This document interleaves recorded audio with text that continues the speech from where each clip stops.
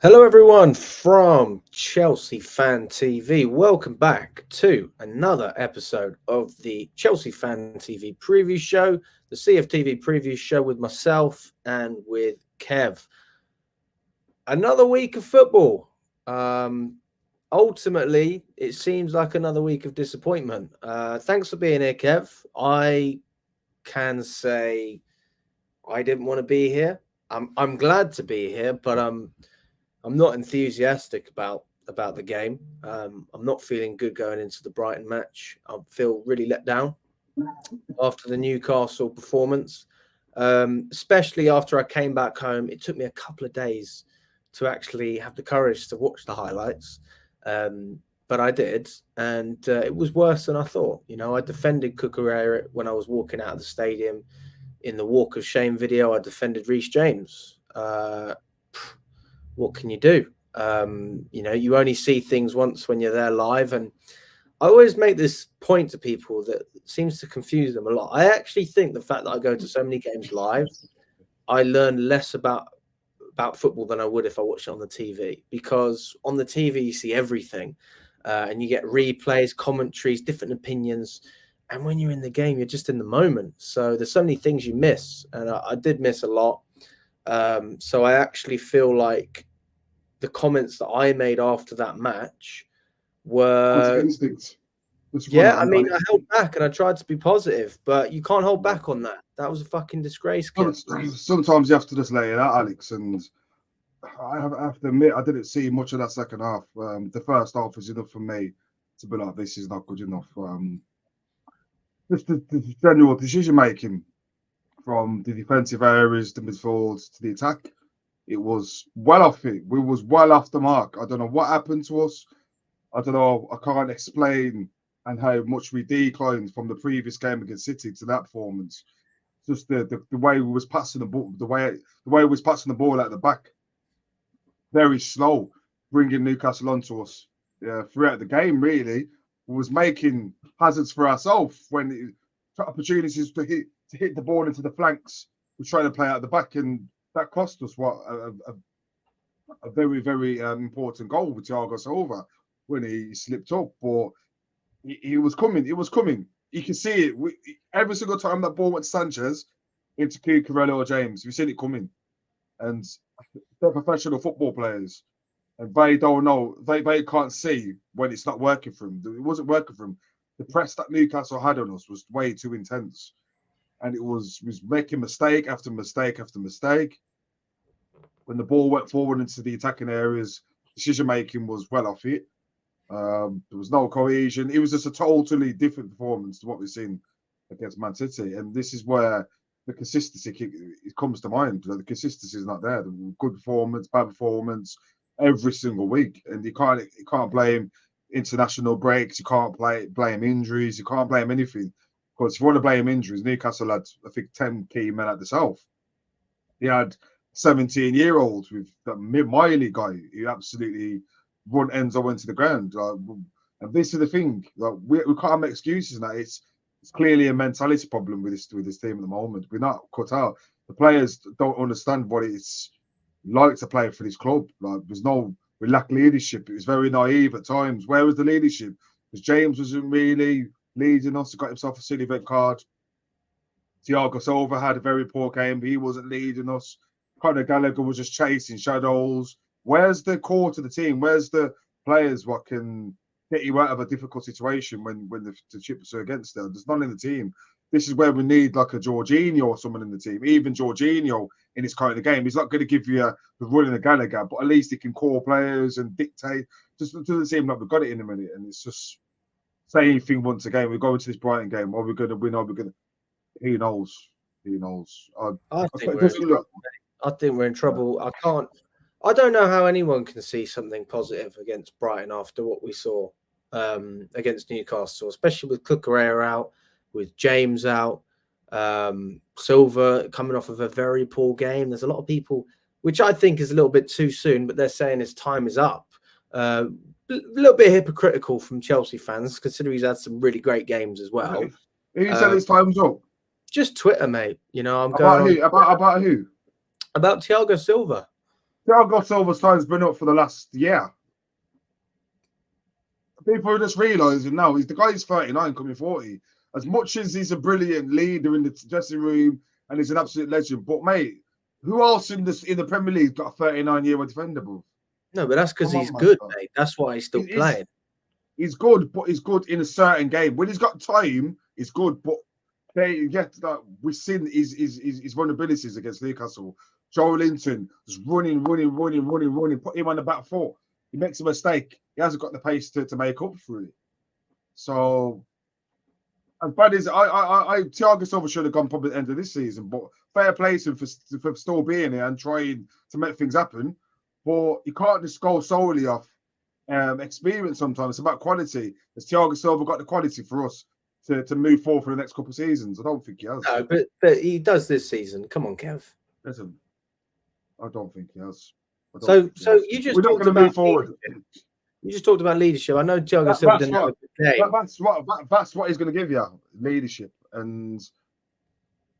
But still, we need better quality than Thiago Silva. But it's fair to see.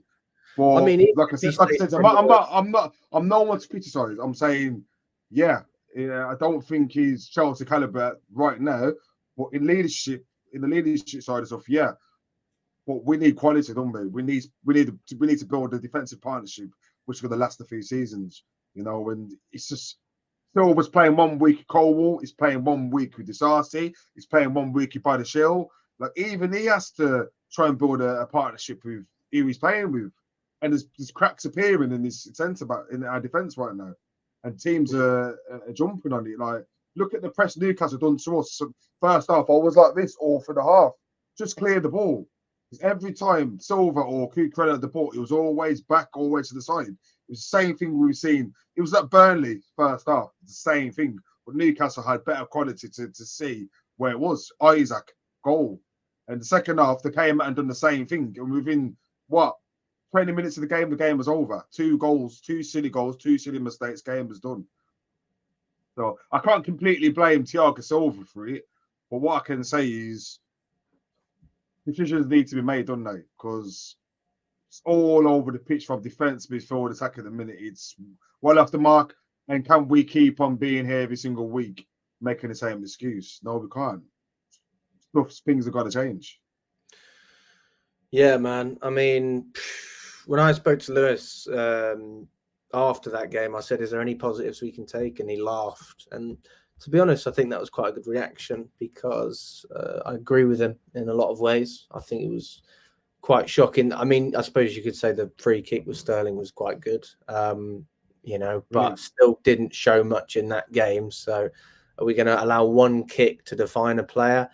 I suppose if it was a Champions League final, we won the game 1-0, then we wouldn't really care. But, when we're losing 4-1 and still playing terrible football, it's not ideal. But I mean, I do think there were phases in the first half we definitely could have scored more. Fernandes had a great chance. We had a good chance off a set piece as well. But yeah, the mentality is the issue. I mean, let's just dive away from Newcastle and let's actually look at ourselves and how you can see us lining up against Brighton and what we need to change going into the Brighton game. I mean, what would that be for you, Kev? Going off the performance, there needs to be a lot of changes. A lot. Well, I think one of the guys you interviewed after the game hit the nail on the head. Everything right now is like for like. If I swapped Sterling with Madueke for that game, if I swapped Mudryk with Palmer that game, if I swapped, the only raw change would be if we started on Kinky over Gallagher, and that's a total different ball game there. Or even when we made the substitutes against Newcastle, there's not much we can say in this squad, which is different, and that's a scary thing.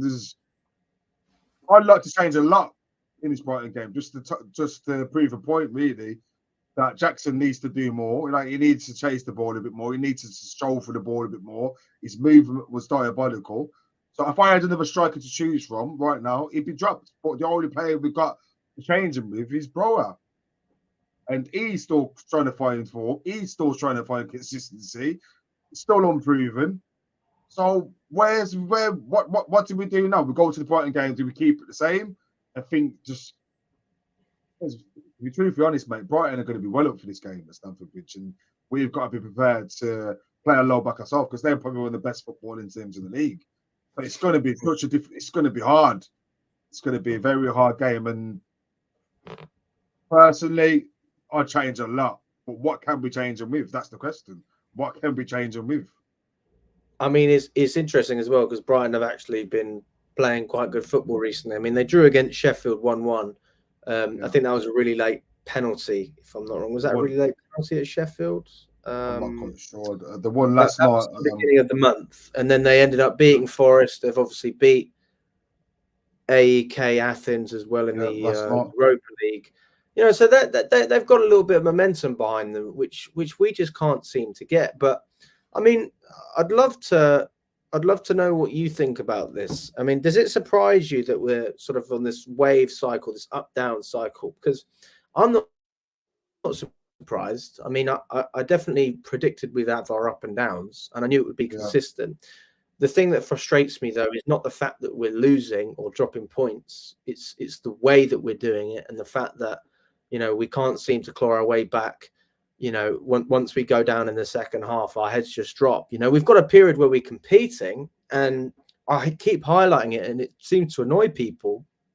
We're so much better at competing than we were last year, and we have so much more quality in a weird way than we had last year in terms of, you know, being able to score goals from the midfield and having that creativity in the center of the park. You know, for Caicedo and Fernandes are much better than what Jorginho and Kovacic were in terms of creative outlets.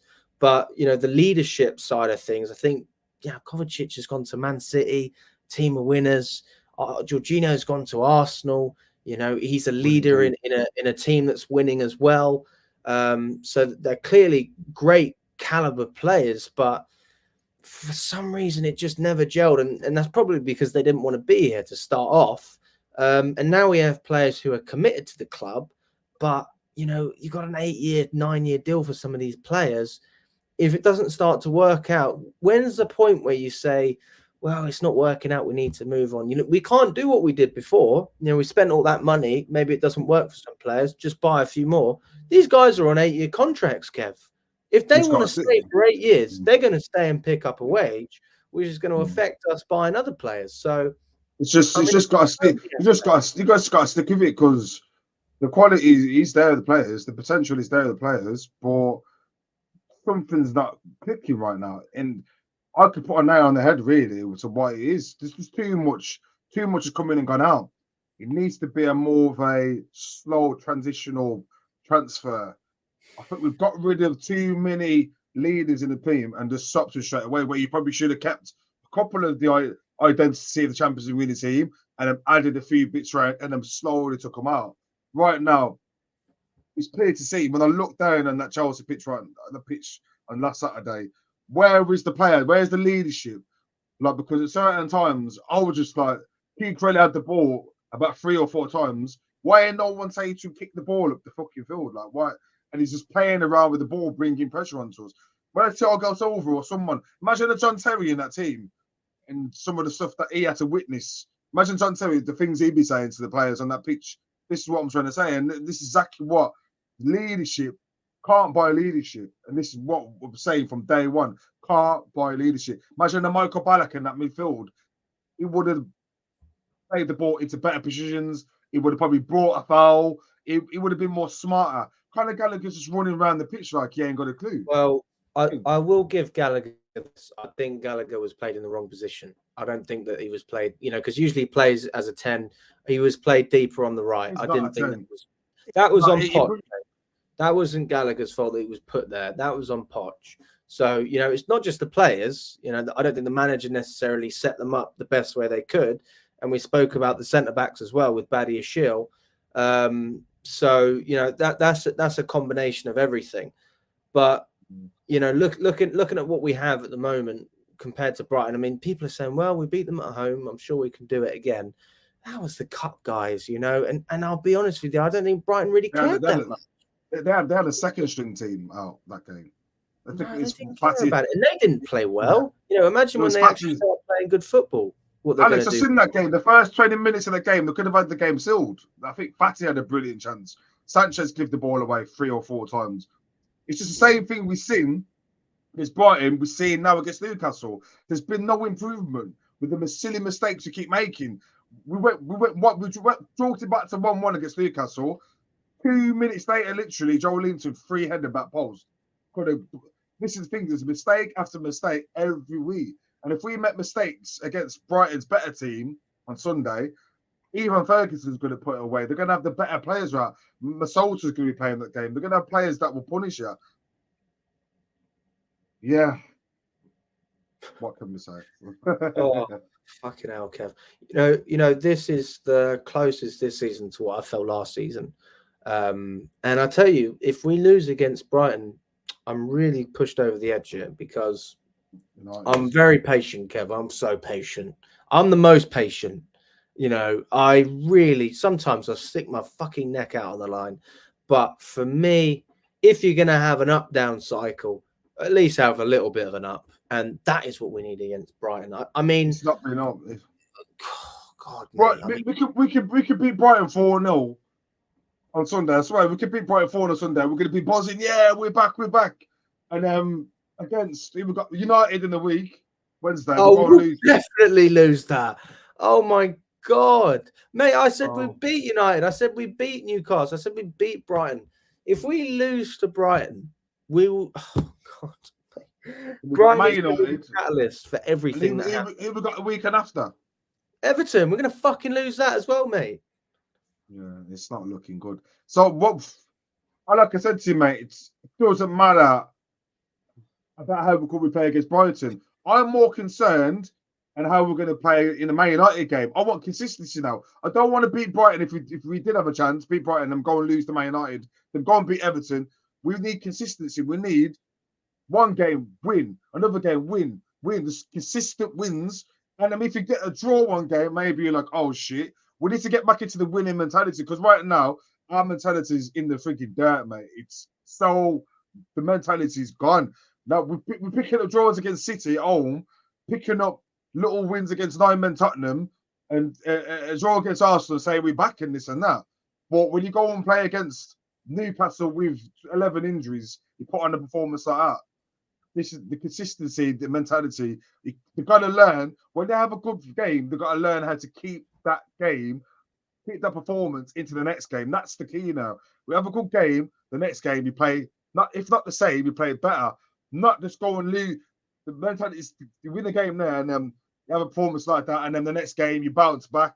That's a mid-table mentality. Winning teams win most weeks. I don't think that's a mentality from Poch. That's why I will defend Poch. Because by the way, when I say I'm pushed over the line, I'm not talking about the manager here. Manager can't go. Oh my God. If you sack Pochettino, I swear to God, I will have it. You cannot sack Pochettino. You've got to just get these players going. You know, for me, I don't think there's a lack of motivation. I really believe that there's a motivation now. And I do also believe there's a discipline, which is what we lacked last season. It's just that chemistry, but also that final touch, that final end product. And God, Kev, I mean, oh, mate, I can't remember the last time. I've never been this negative on the preview, never. And we just spoke before this saying we were going to try and be positive. How the fuck can I be positive? You know, honestly, I am watching this team unfold, and it's frustrating. The manager shouldn't be taking the blame for what some of these players are doing. Now, as I said, we already alluded to a few of the mistakes he made against Newcastle with the starting lineup. That's fine, you know, but he's still getting to know the squad. And he's not but he knows it like Potter was. He knows better. He knows better than us, though. He knew Calcedo was fresh back from international duty. He landed on the Thursday. I think Chelsea travelled up to Newcastle on the Friday, so he wasn't in the right. He knows better. I'm not criticising that, Kev. I'm not criticising. When you start Okuchukwu, he didn't want Okuchukwu. Guaranteed. He's dealt with a shit pack of cards, mate. That's what the board have signed. Okuchukwu, that is signing. So no, when you have to go, I don't think he's no. But what I'm trying to get to, Okuchukwu is inexperienced. Right. He's not going. You need a Jorginho in this kind of game. Someone to dictate the play that can get on the ball a bit more. Okachuku and Enzo were chasing the ball. There wasn't controlling that game, and this is what I'm trying to say. Whoever got experience, that's what Pochettino's got to deal with. Got to in his locker room. You know, I'm trying to say that's not good enough. That's not Pochettino standard. It's certainly not Chelsea quality. Like we need better players than that if we're going to go to Newcastle away and get points and stuff. Well, the idea That's is that they'll become Chelsea quality, right? And I mean, don't get me wrong. I think there's actually great potential. And for me, Okachuku is one of the younger players who's actually started really well. And I think he's been unlucky not to get more minutes just because there's so much competition in the midfield. But, you know, there's other players who maybe haven't grown as quickly into this squad as they would have liked to, with Madueke, obviously Mudryk as well. And it's frustrating though, Kev, because you've got so many fucking players in the same position. So it's really difficult to rely on building up these young players. And that kind of makes me question the strategy a little bit. Why are you signing so many young players in the same position? It's impossible to develop them. Now, if you are going to put them on loan, like Andre Santos, now I understand that loan might not work. It's rushed. But at least you're giving them game time at another club so they can progress. If they're not getting progressed here with game time at this club, what are they doing here, Kev? It's just there's no plan. We've got linked with that other Brazilian midfielder from Santos, is it? Some young Gabriel something, Mascado, is it? Alex or something. Yeah, I know you're talking about. Mascado. Like we've apparently agreed terms of him in the week, and I was okay. I had a little look on YouTube. I was like, he looks a decent player, but it's just the same what we've got right now with Enzo and everybody else. They can play a ball, got a bit of bite, they can tackle, but they're not leaders. He's gonna come, he's got the language barrier to adapt to, he's got the cultures to adapt to, he's only 18 years old. 18 years old, he's expected to come to Chelsea and we need players that are gonna come and do stuff now, not in 3-4 years' time. This is the argument I keep on having. Why are we signing 18-year-olds from Brazil thinking they're going to come and do? They're not going to do anything for 2-3 years, at least. If everything's, what's the point? Go and get a Marco Verratti or someone like that. Someone who's been in the pinnacle of the Champions League football, experienced pro with his international team. And, you know, someone who's led, he's been captain of PSG. That's what I want to see now. I'd rather see a Toni Kroos coming to Chelsea. Someone who's been there, done it. Okay, he's not going to have the legs of these other players, but at least he can pick. I'm being serious. Like, you look at me like that, but no, I'm being serious. This experienced pro that have been there, done it. Like, all these youngsters can go have a talk on the pitch and be like, Kroos, where should I go? And Kroos could be dictating them and telling them where to go. And that's what we need right now. And Luka Modric, you can't buy these kind of players. So Gabriel Mascado is not going to come and do what Toni Kroos is going to do for us right now. Nowhere near. But Kev, I kind of get what you're saying. I do kind of get it. I think that part of it is just giving the players the experience. So if we are going to be a bit shit for a few seasons, like at least they can get experience at the team and then level up like Arsenal. I think that's probably part of what they're doing in Liverpool as well. Like we saw at the beginning of when they took over, Bowley, Clearlake, all of that. They were very interested with Liverpool and Man City and the way that they're running the clubs. Obviously, two very, very different ways. I think that we're trying to take little bits from everyone, and I think you need experience on it. You need experience on it. Of course, you need experience. That's what it comes down to. Why do you think Arsenal have gone inside Jorginho? 100%. But I also think Arsenal are on a different stage than Chelsea, and I think Jorginho's time at Chelsea was done. You know, I think Kovacic is a player that you could argue I would have actually liked him to stay a little bit longer. But it's the same thing with him as well, mate, which is why so many other players left. They wanted to leave. We didn't force these guys out. They wanted to leave. Havertz did an interview the other day. He said, I wanted to go to Arsenal as quickly as I could. He wanted to get the fuck out of Chelsea. And I don't blame them for what they had to go through last season in terms of the shit results, the poor management up top, and the abuse that they have to receive online from fans and in the stadium as well. This season, we've got a group who actually wants to be here, so I can get behind that. And I understand that we need more experience within the team, but right now it's just not happening. And we talk about strikers we're going to sign. Ivan Toney, he's older, but is he actually experienced? Would you rather have an Ivan Toney or a Victor Osimhen, who's 6 years younger, but plays at the top level, even though he's had less time on a football pitch? So I do understand where they're coming from. They're trying to get players with experience playing at a good level, but they're just young.